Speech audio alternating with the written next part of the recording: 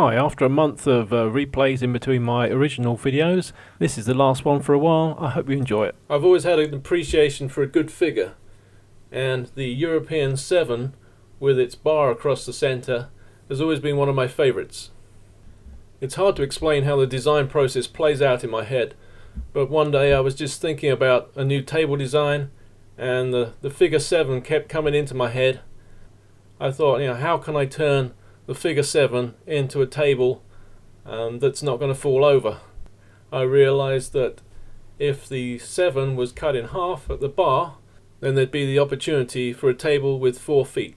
And a vision of the figure 7 slowly sinking into the sea came into my head, and that's where the Sink7 name came from. Turning to the joinery, let's first explode the model, where we can see it's not that complicated. The butterflies, or bow ties, are only required if you've got a crack in your lumber. The mitered corner, the main feature of the table, is held together with 8 loose tenons. And the foot is attached with a kind of stepped bridle joint, held in place by a let-in strap. Tapering of the top and foot are down to personal choice and help to lighten the whole table.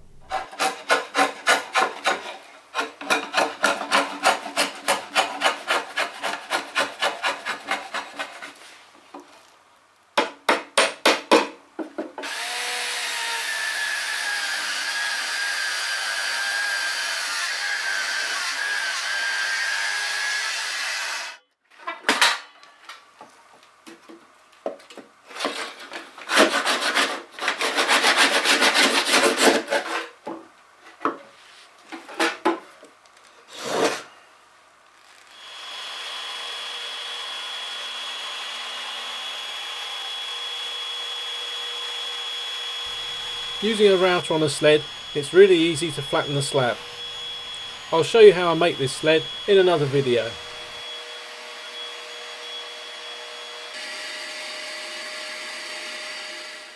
And there we have it, nice and flat.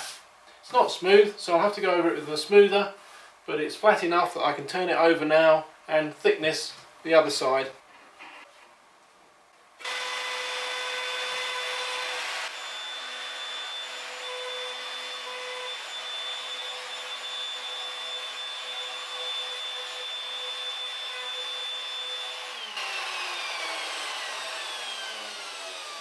So again, we've got 2 high corners, and now we can just continue lowering the bit and taking a pass each time until we've covered the whole board. 1 down, 1 to go.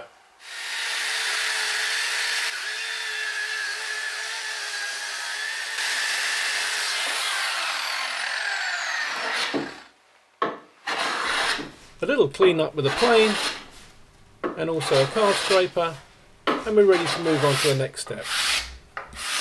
There are a couple of significant cracks on the slab, so I want to tie them together with butterflies.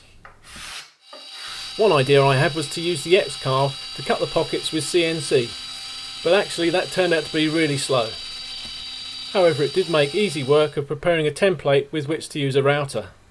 Now, using the router with a guide bush and a removable spacer, which is the same thickness as the size of the bit we're using, we can cut a pocket for a butterfly tie in the top of the table, then remove the spacer and cut a butterfly that will be a perfect fit.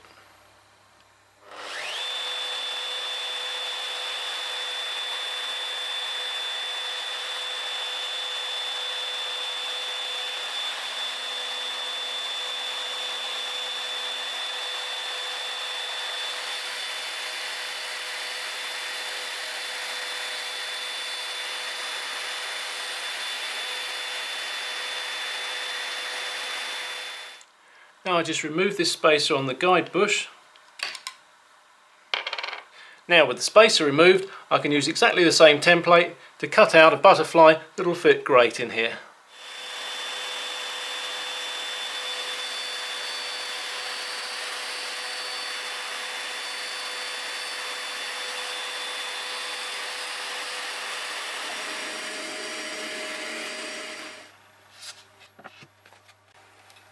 And there we have a beautifully formed butterfly which, apart from the sharp corners, which we'll need to chisel into the mortises we've made for it, it should fit perfectly.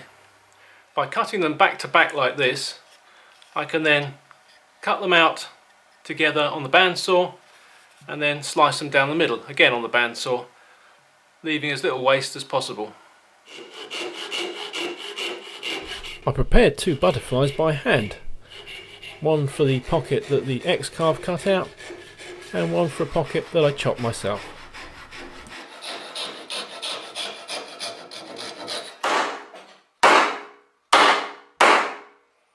Although not particularly thick, the butterflies are paired up on the underside of the board and will be plenty strong enough to hold it together.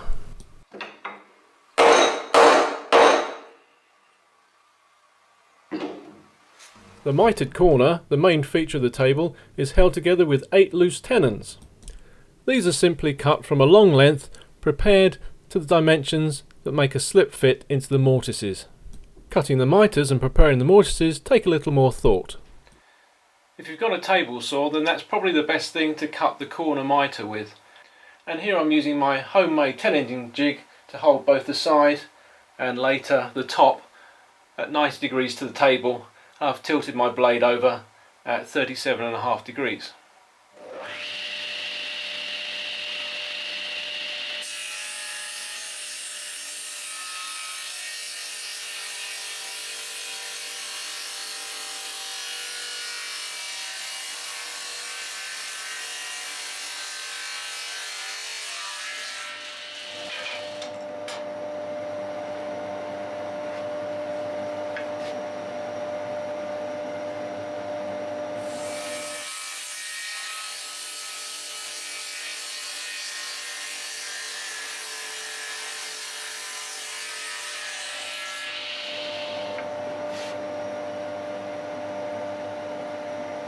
I'm setting up to do the mortises in the miter, and as you can see I'm using the same jig that I made for the router earlier on.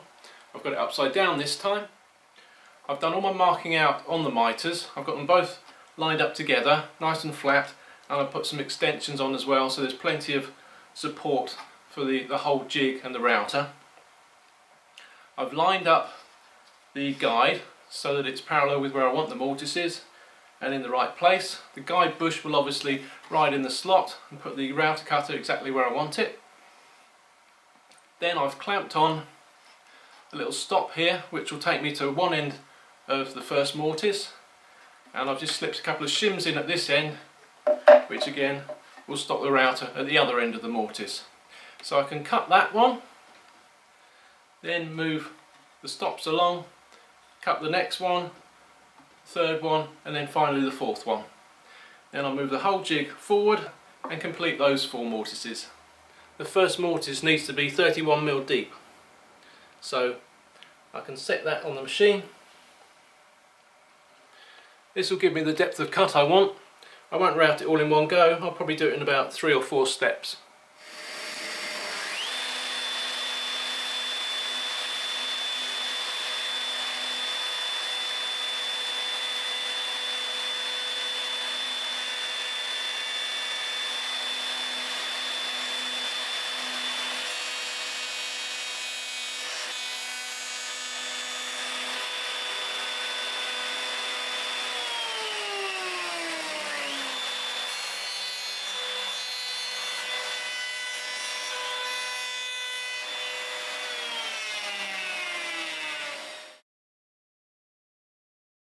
By using the jig and adjustable stops, there's no reason why your mortises shouldn't turn out as accurate as you're marking out.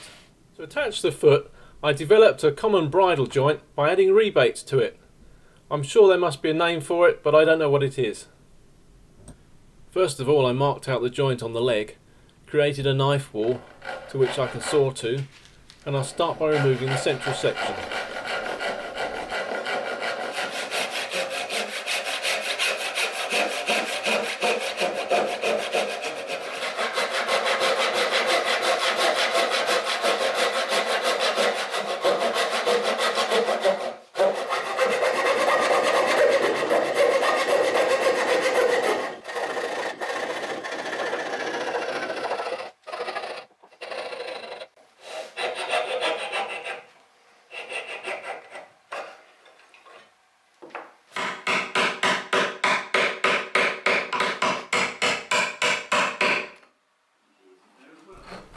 Then I create the rebate by both chopping and then using the router plane.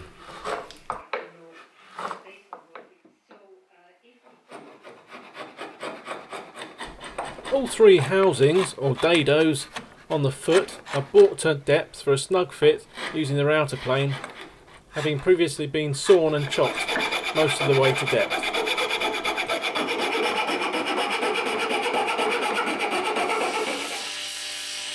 Once the joint has been well fitted, the foot can be shaped as desired, and here I'm just cutting the long taper on the front of the foot.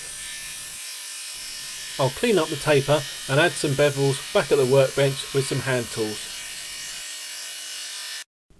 To retain the foot and to tie the two sides of the leg together, I'll be inserting a brace.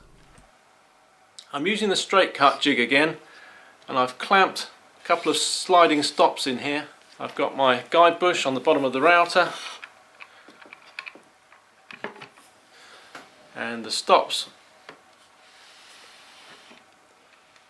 just prevent the router going too far in either direction.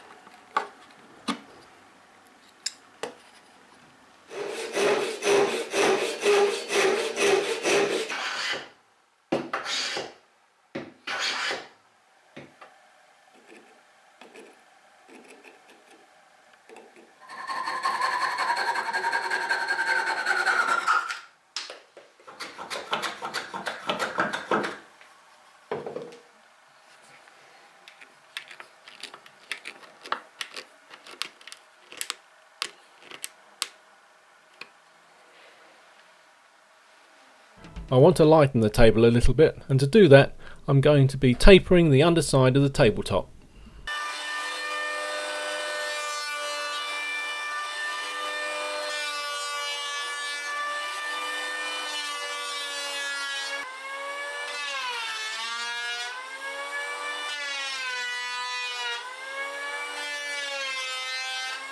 Now I'd normally be doing that with a hand plane, but the electric planer will get you there with a lot less effort. I've marked a couple of lines on the end of my board here. The top line is where I'm planing to first, so tapering from the joint end through to here, and I'll make that nice and flat. And then the lower line is where I'm going to taper out from the centre towards the edges.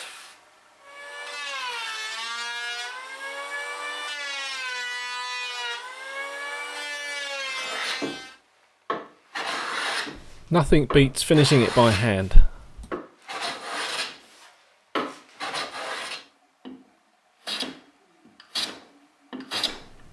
A final butterfly is fitted onto the tapered surface, and it's just a case of planing that flush and finishing it off with a card scraper.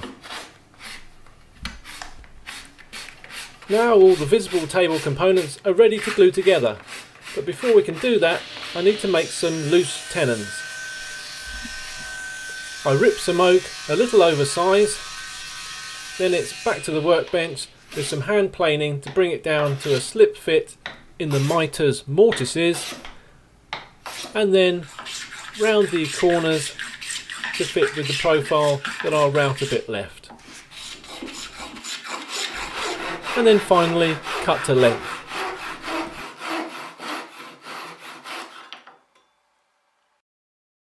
Always do a dry assembly to work out where your clamps are going to go.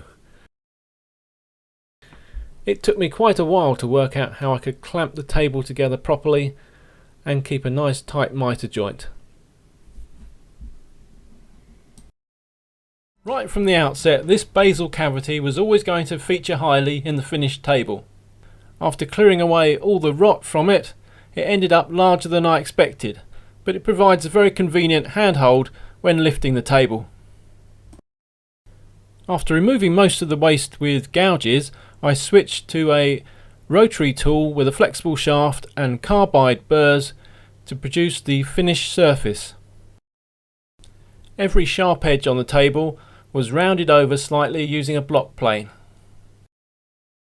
and all the flat surfaces Finished with a card scraper. I chose to finish the table using tung oil and wax. The manufacturer recommends applying the oil liberally and then wiping off any excess after 15 to 30 minutes. But I use a different method, applying liberally and leaving for 24 hours. This will inevitably leave a few sticky patches, but on second application of the oil, the solvent that's obviously in it redissolves any of the sticky patches, and you can then sand in that second coat to help fill some of the pores in the wood. Any residue from this second application is wiped away after about 10 minutes, and the table left for a good week to cure. After that, I then use some 4/0 steel wool to apply some wax, buffing off vigorously after about 10 minutes. I'm very happy with how the tables turned out, but what I'd really like to know is what you think, so please leave a comment below. I'm also pleased at having been able to show you some hybrid woodworking on this project. Obviously I prefer doing everything by hand, but I know some of you love to use power tools, and I think I've shown here a good combination of the two. Until next time, cheerio! Look after yourselves and don't forget to subscribe to see videos every day during the COVID-19 problems.